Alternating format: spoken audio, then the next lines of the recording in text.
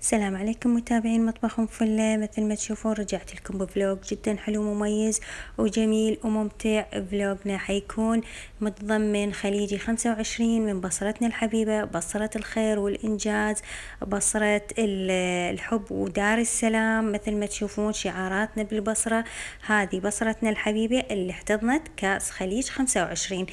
نعم، هي عروس الخليج، هي تلك الجميلة التي أنجبت خليجي 25 بنكهة بصرية بحتة. مثل ما تشوفون كل أشقائنا العرب من كل دول الخليج متواجدين بالحب والسلام وبحضن مدينتي مدينة البصرة.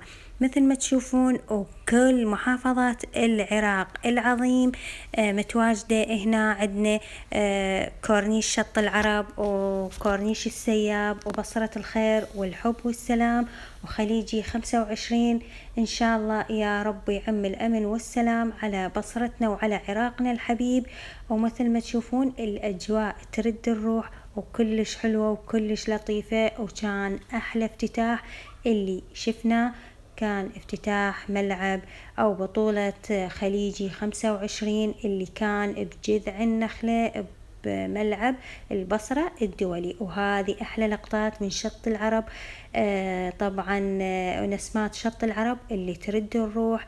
وإن شاء الله الكل يجي البصرة ويشوف جمال بصرتنا الحبيبة.